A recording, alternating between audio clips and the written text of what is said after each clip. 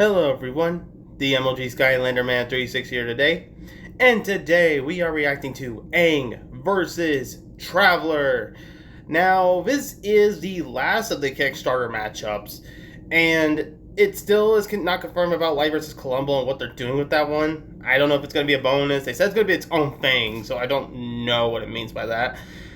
But, anyways, another thing is too, their next time is going to be random now. So whatever it is, I have to be surprised by it because I don't know. Because I know some people mentioned about the fact that they did use some pitch matchups. So I'm kind of intrigued to see where that goes.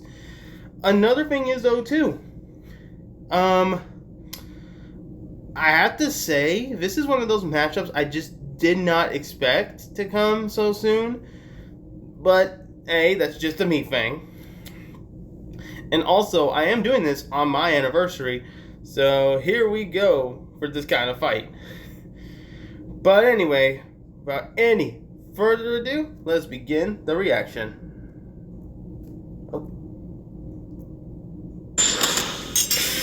Aang the Avatar versus Aether the Traveler. Which journeyman will come out on top in this elemental battle? He's Wiz and I'm Boomstick. And it's our job to analyze their weapons, armor, and skills to find out who would win a death battle. Water, earth, fire, air.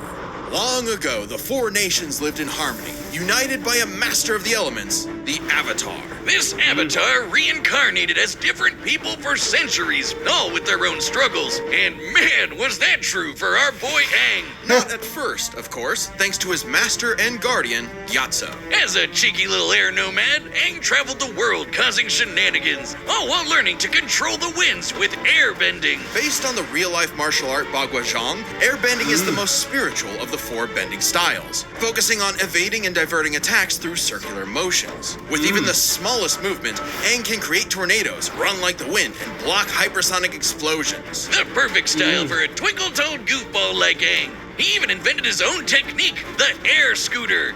How does he not fall off that thing? Add in a glider staff for flight, and the sky was the limit. But you know how it goes. Everything changed when the Fire Nation attacked.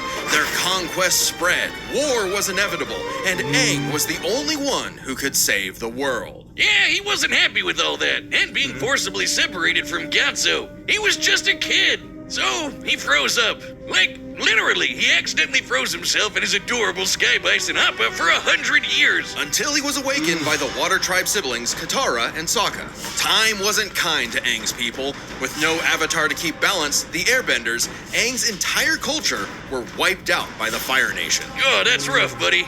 But Aang took the wake-up call to heart. As the Avatar, it's Aang's duty to understand the world's people, learning their cultures, their sadness, joy, and humanity. And what better way to do that than learning how they kick ass? From the Northern Water Tribe and his twin crush, Aang learned waterbending.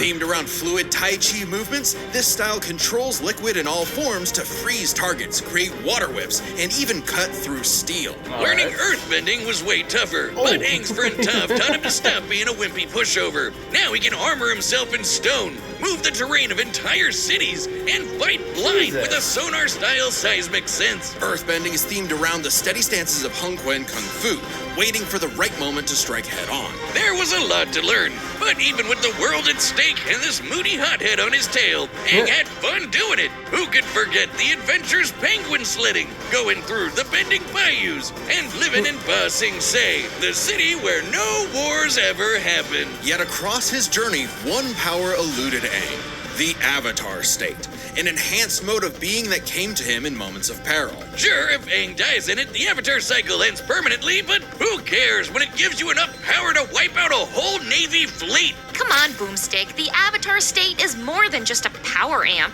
Jocelyn, how long have you been standing there? I've been here the whole time. I lurk where all Avatar talk is. Through the cosmic power of the Avatars before him and the ancient spirit Rava, Aang gains the knowledge and experience of all previous Avatars, greatly expanding his bending options. lava bending from Avatar Roku, sonic shouts from Avatar Yang Chen, and even more are theoretically available to him through their memories. Oh, I get it. You can't just grind your way to controlling the Avatar state. Right. If Aang wanted to stop Fire Lord Ozai, he needed something else. He needed onion banana juice. Yeah, technically, I suppose. Gross. Specifically, Aang sought the guidance of Guru Patek. Mastering his power meant clearing his chakras, emptying his mind of earthly attachments. Seems simple, but this also meant rejecting his feelings for Katara, the person he loved most. When he had to choose between the world or the girl, Aang followed his heart and it didn't end well. He got better. Aang was determined to understand the world's people, even the enemy Fire Nation. Something he accomplished thanks to the redeemed Prince Zuko, the Sun Warriors. And these two honkin' dragons! Aang was scared of firebending, but it's totally awesome! It's not just about burning and blowing shit up. Okay, well it is, but there's so much more to it. Formed from the explosive movements of Shaolin Kung Fu, firebending controls all manner of heat. And through fire and water, he can redirect lightning bending, a burst of atmospheric discharge shot at over 200,000 miles per hour. Okay, whoa, my phone was glitching out. Hello. Iroh, the best uncle ever, used his techniques to redirect natural lightning. So, you know it's the real deal. Not crazy enough? At his peak, Aang surpassed benders who could throw buildings, melt stone, and hold up this gigantic library solo. Whooping Ozai's butt should be no problem, right? Not exactly. You see, the air nomads were pacifists who believed in the value of life above all. Being the last airbender, Aang didn't think his people were truly gone unless he went back on their teachings, meaning he really didn't want to kill Ozai. So, what, he's just a coward now? Mr. Firelord is about to burn down the entire Earth Kingdom! Not at all. Are you even listening? Aang was simply at odds with what he wanted and what the world expected, so he needed to make a choice. Right. In his greatest challenge yet, Aang discovered his true self, making his spirit unbendable and finally mastering the Avatar state. Making him as strong as avatars who could cause hurricanes, tsunamis, and volcanic eruptions. Or in Avatar Kyoshi's case, a new island.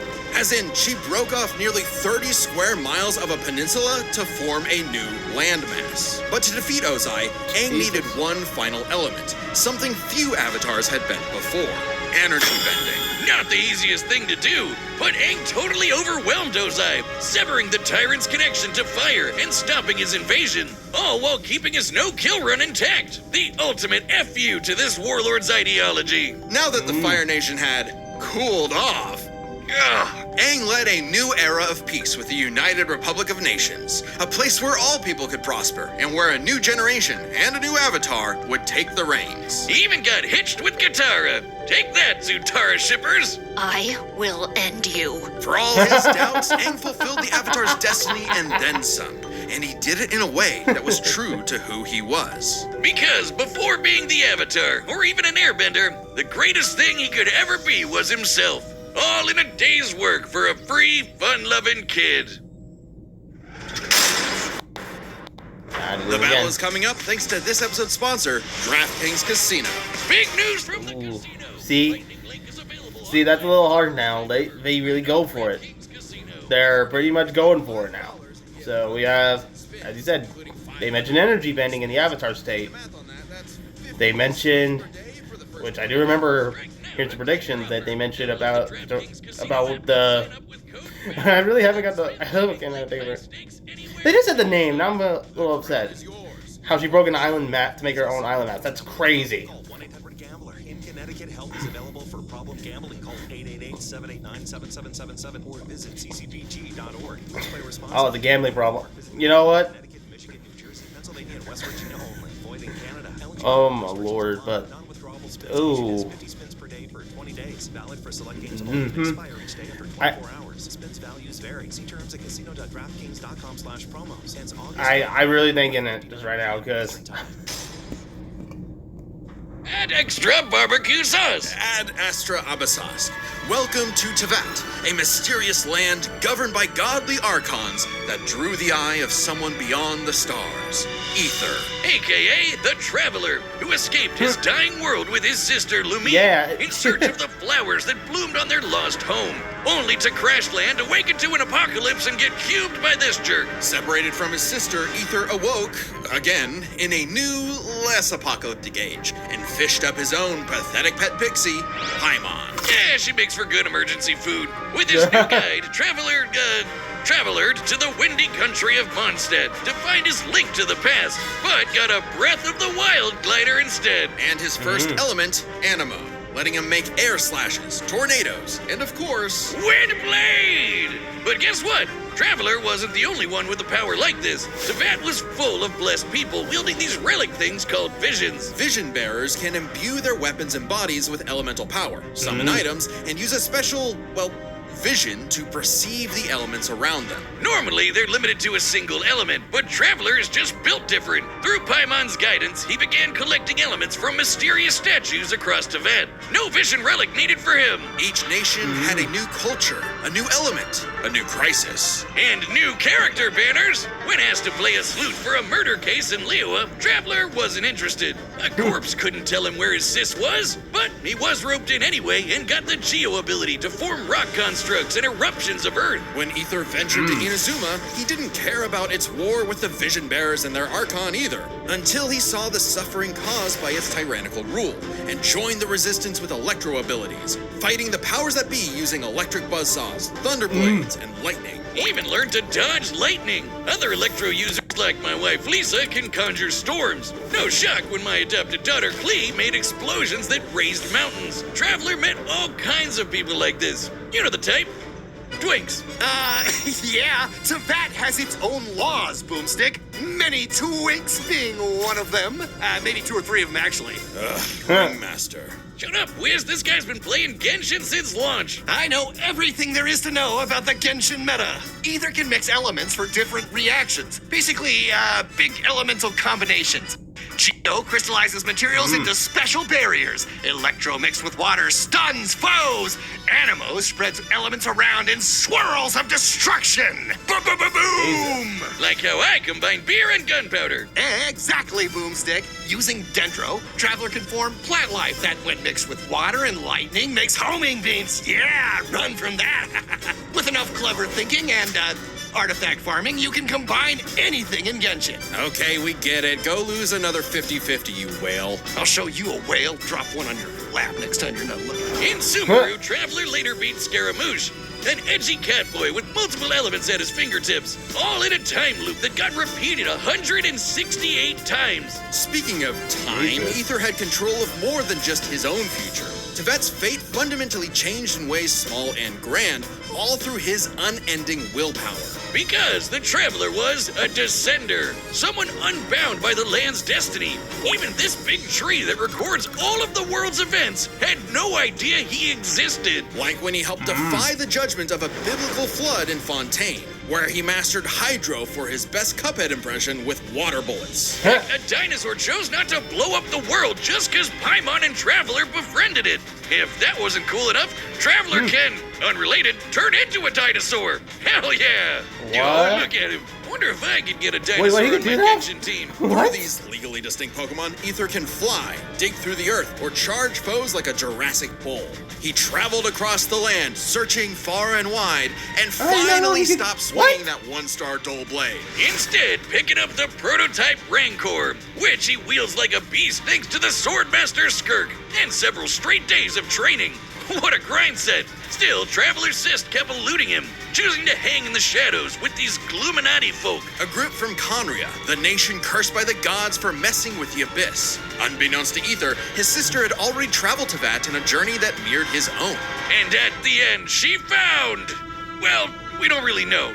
Not yet, at least. But whatever it is got her to side with the creepy villains. Plot twist! Eventually, Ether reached the nation of Natlan to fight in its never-ending war with the Abyss. He gained the Pyro element, learning to launch fireballs and explosions combined of flame with lightning. He didn't just dabble in fancy pyrotechnics. By connecting with the people there, Traveler achieved Night Soul's Blessing, a power-up state fueled by primordial element juice, strong enough to make a blade of fire hundreds of feet long.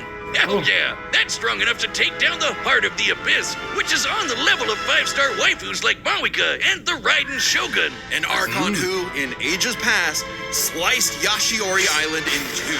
That's cool, but how about when this Fenty guy threw a whole-ass mountain? According to Paimon, Traveler can level a mountain himself. Additionally, Ether learned how to use light energy to form a Kuvaki shield, something he used to protect the people of Nodcry by blocking a cannon blast with enough energy to obliterate a town. This was no ordinary cannon either. It also uses Kavaki energy, so that's a beam of light. Through all his adventures, Ether had come to genuinely care for Tevat's people. Maybe one day he will reunite with his sister, but for now, he's fighting for a whole new world. His new home. Ooh, you need a higher adventure rank for that. Don't you worry, gang. I dumped all my savings into Primo Gems for this. We can't miss when those ice guys trying to kill the Traveler inevitably warm up to him. Still got it. Oh, so that's why you're broke as shit. To Ether, the journey has meaning. The birds of Tevat, the songs of its people, they are all part of it. Even if he's against the abyss itself, a new dawn is somewhere just beyond the stars, and a field of flowers Lumine too loved. The battle's about to start, and if you like death battle music, some of your favorite battle tracks are coming to a collectible vinyl album. This album features 10 tracks from our independent era, created by our composers Brandon Yates and Darewolf Media. Like Ew. from Had to stop it. Ruby vs. Maka, Hey, I get that. Or Requiem for a Thief from Joker vs. Giorno. I'm sorry, but those musics are good. Damn. But I'm more shocked about Ether right now. Game Over from Bowser vs. Eggman. And more. Plus, Yeah. it makes a great piece of art to display around your place. Drawn up by our own animation director, Luis Cruz. This album is only available for pre-order. So head to deathbattle.gg or click the link in the description before August 10th and pre-order a copy so you don't miss out. And remember, Archivist and Chronicler members get a discount. That's deathbattle.gg, the home of Death Battle. I gotta lie, that was fire. All right, the combatants are set, and we've run the data through all possibilities. It's time for a death battle! Alright, here we go. Oh boy. Windblade! Jesus, bro, are you getting into it? Ooh! Ooh! Two elements?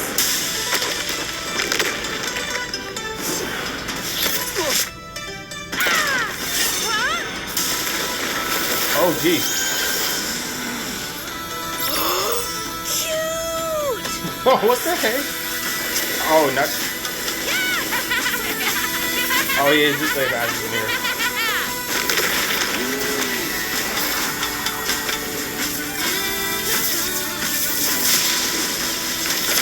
Oh.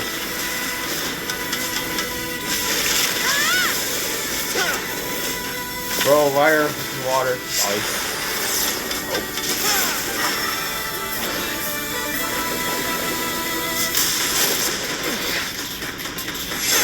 Ooh.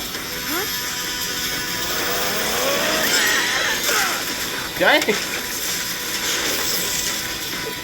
What's going on? I'm on Ghost treasure hunting for 2 minutes now. Everything is going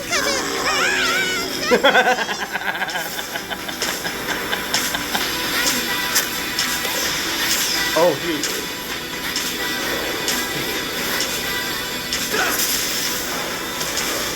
Hold on. Cool glider. Can it do this?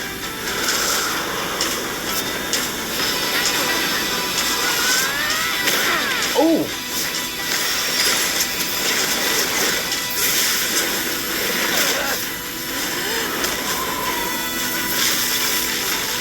Oh, it froze. Come on, traveler. Get up. Never, ever, ever stop moving forward. Remember. No one fights alone. Nice.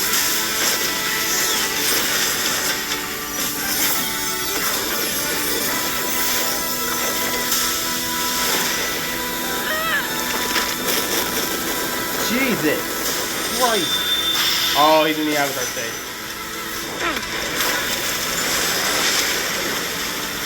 For those who came before, and those who will follow, I am Avatar Aang, the last airbender.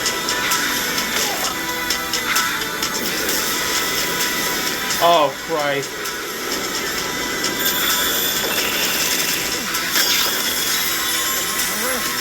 Take this! Oh!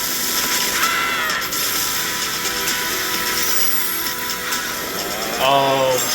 The heights and shallows. Through infinite dusks and dawns.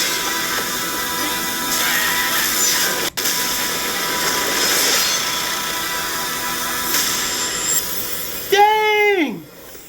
Way to go, traveler. But does this mean no treasure? KO! And my dailies are done. What a miss. This was an interesting pairing, so let's break this down by power, experience, speed, and elements. First up, power. Aang and Traveler could both change the terrain of entire cities, and Okay. were way stronger than characters that can break mountains. But at their peak, they're both tearing up islands. Aang's avatar state made him on par with Kyoshi, who created and moved the island of Kyoshi. Similarly, Night Soul's blessing let Ether contend with Archon-level foes like the Raiden Shogun, who split Yashiori Island in two. With an attack that even Vision Bearer's Traveler can block. So definitely on that level. Kyoshi Island is over 6 say, miles wide. I knew that and long. again. Kyoshi moved the island 17 miles offshore in 2 seconds. So we have everything we need to calculate the amount of kinetic energy this would require. Turns out it's basically the same as cutting through Yashiori Island, about 3,000 gigatons of TNT. So their power is tied up. Which means comparing their experience is crucial. Ether's mastered more elements than Aang, but the Avatar state gave Aang centuries of knowledge. With the memories and abilities of past avatars, Aang's kit was so extensive in a way Ether had no real answer for. Not to mention, Aang's training was more focused. Traveler is skilled, sure, but his training was mostly just a means to finding his sister, while Aang's journey was all about mastering elements to combat other elements. Experience narrowly goes to Aang. However, another important factor to consider is speed. In terms of mobility, both could roughly match the other. If Traveler was immobilized with earthbending, he could just dig his way out as a dinosaur. And Aang's airbending and glider meant he could easily counter Ether if he took flight. But in terms of raw reaction speed, Traveler had it in the bag. Aang bending away lightning is crazy fast, but Traveler could dodge lightning much earlier in his journey, and now he can block that light-speed Kuvaki laser. While lightning can move over 200,000 miles per hour, a beam of light can move 186,000 miles per second. Over 3,000 times faster than Aang. Traveler Okay. Jesus Christ. I had to keep pausing just for this to stop doing that thing. Jesus. takes speed Right. by a landslide. So this all came down to the elements. Who the forces of nature against the other. At first, I actually thought this was Aang's dub. Ether's elemental control is remarkable, but most of his attacks are projectiles, spires, and very specific implements that Aang has bent away in the past. Ether has never shown the precision or creative flexibility that we've seen with Aang's bending. But throw in the combos of elemental reactions, and the script flips. Traveler could mix not just his elements, but also Aang's in ways that Aang could not. Bending was Aang's greatest strength, but also, against Traveler, a weakness. Because Aang usually had one or more elements around him, it gave Ether an easy access point through these combinations. When Aang used fire, Ether could use lightning to catch him in an overload. If Aang used water, Traveler's electrocharge could paralyze him, and so on. This isn't just a gameplay thing. Genshin characters like the lovely Lisa canonically say this is how the elements work. And unlike Aang, Ether has fought multiple people who can use multiple elements. The longer the fight went on, the more Ether would trip Aang up with these combinations, some of which Aang could not bend. Aang could redirect lightning, sure, but what about electro buzzsaws, or an electrified tornado, or dendroblasts of pure plant energy? The Kavaki shield especially gave Ether a strong defense to fall back on. Since it was made of pure light, Aang had no way to remove remove it outside of brute force. By comparison, Aang's wind barrier wouldn't block Traveler's elements. It would actually merge with them and create more combos that would target Aang himself. Not a great situation to be in. And since Aether's powers came from external earthly sources, like those statues, Aang could not depower him with energy bending, even if he theoretically overcame Aether's willpower. Willpower that is strong enough to alter the fate of the entire world. Sorry, Aang, but elements goes to the Traveler, cinching his victory. Either way you cut it, he was in his element. The winner is the Traveler, Aether. Okay, I'm ready for my cameo. Oh. Next time on Death Battle. Wait, Lego Bionicles? Wait, what? Look at the Jocko! Hold up! Wait, whoa! Wait, whoa! Subscribe and join as a member to see more Death Battle. Thanks for watching. What? What? Oh, my brain! Y'all gotta give me a second. What? Lego? Oh, I don't know how. This gotta be stop motion. Please tell me this is stop motion. How are you doing this?